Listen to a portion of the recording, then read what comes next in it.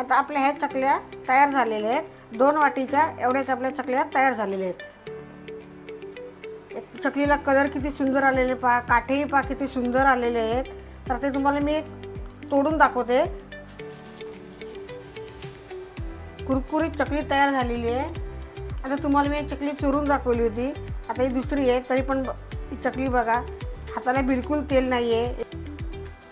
तेलकट न होणारी चकली आपली अशी तयार झालेली आहे, खुसखुशीत मस्त। याला काटे खूप सुंदर आलेले आहेत। नमस्कार मंडळी, कशा आहात सर्व? मजेत ना? मजेतच असणार। आज आपण दिवाळीच्या सीरीज मधला 5वा पदार्थ, जे सर्वांचे आवडते, दिवाळीच्या ताटातली जो आवडता पदार्थ असतो तो म्हणजे चकली।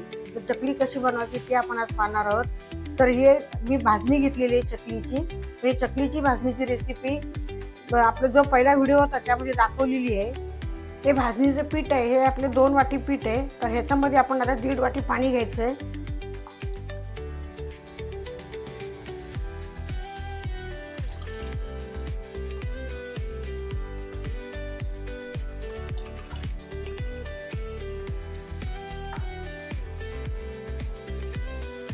ह्यामध्ये आपण 1 चमचा मिरची पावडर, ही मिरची पावडर जास्त लाल कलरची घ्यायची नाही, नाहीतर चकली तळल्यावर काळी पडते। ही धना पावडर, हा थोडासा हिंग टाकून घ्यायचा। एक चवीनुसार मीठ टाकून घ्यायचं। 1 मोठा चमचा तीळ आणि 1 टेबलस्पून तेल। हे सर्व साहित्य आता आपण गरम करायला ठेवायचंय। आता हे पाणी उकळलेलं आहे, त्याच्यामध्ये आपले पीठ टाकून घ्यायचं।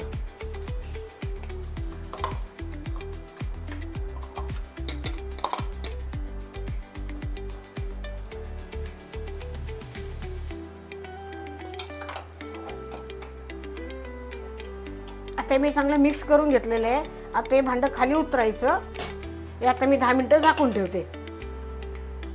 आता आपले 10 मिनिटं झालेली आहेत। मी झाकण काढून घेते आणि पीठ चांगलं परत एकदा मिक्स करून घेते। हे पीठ जेवढं एकदम असं पातळ भिजवायचं नाही, आपलं भाकरीच्या पिठासारखंच असं घट्ट ठेवायचं। याला हे थोडं थोडं जेवढं पाहिजे तेवढं काढून घ्यायचं।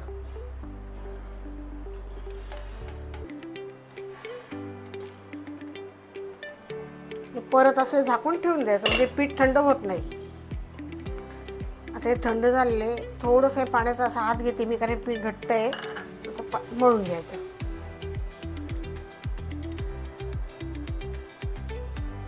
आपण जसं भाकरीचं पीठ मळतो तसंच हे मळून घ्यायचं। हे आपलं चकलीचं पीठ आता मळून झालेलं आहे। ह्याच्यावर असं थोडंसं तूप घ्यायचं हातावर, हे थोडंसं असं लावून घ्यायचं। म्हणजे चकलीच्या पीठाने चकलीची तूप लावलं की चकली खुसखुशीत होते। आता आम्ही चकलीचा साचा घेतलेला आहे आणि ही चकलीची चकती तूप आपण हे चकतीलाही लावून घ्यायचं आणि साच्याला आतून लावून घ्यायचं, म्हणजे पीठ आपलं अजिबात चिटकत नाही। आणि थोडीशी जाडसरच चकती घ्यायची, म्हणजे चकलीचा आकार चांगला येतो।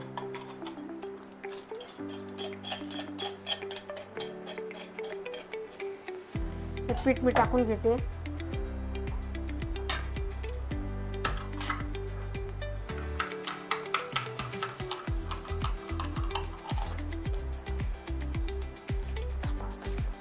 आम्ही बटर पेपर घेतलेला आहे। आता त्याच्यावर मी चकली पाडून घेते। तुम्ही ताटामध्ये पाडून घेतली तरी चालेल। आता चकली पाडताना नेहमी हात दुखतात, तर काय करायचं, एकदम असं मोठी चकली अशी पाडून घ्यायची आणि हाताने असं तिला रोल करायचं।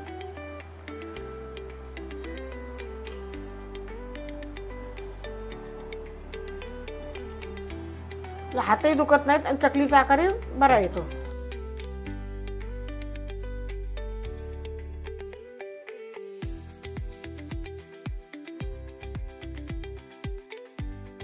आता एका बाजूला मी तेल गरम करत ठेवलं होतं। आता आपण बघूया तेल झालं की नाही। तेल झालेलं आहे, ते मी काढून घेते।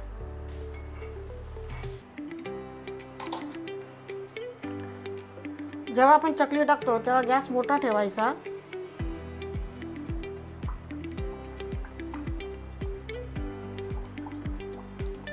हे मी दोन दोनच टाकून घेते.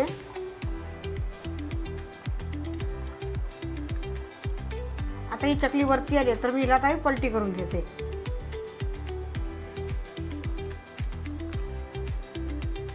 चकली थोडीशी वरती आली की तिला पलटी करायची म्हणजे तिचा आकार बदलत नाही.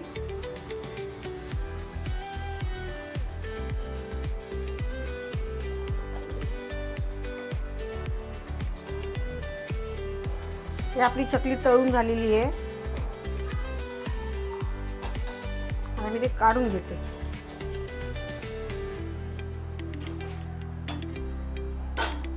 आपण जेव्हा चकल्या करतो तेव्हा आपल्या ज्या तेलाच्या घाण्यामध्ये राहतील 3, 4, 5 तेवढ्याच चकल्या करून घ्यायच्या.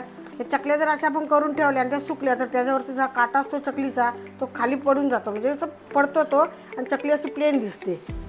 असे काटे जर आपली चकली दिसत नाही म्हणजे जेवढी पाहिजे तेवढी चकली पाडून घ्यायची एका घाण्याला. तुम्हाला ही चकलीची रेसिपी कशी वाटली ते मला कमेंटमध्ये सांगा. तुमचा अनुभव माझ्याबरोबर शेअर करा आणि आपल्या चॅनलला सबस्क्राईब करा. धन्यवाद. जय श्री कृष्ण.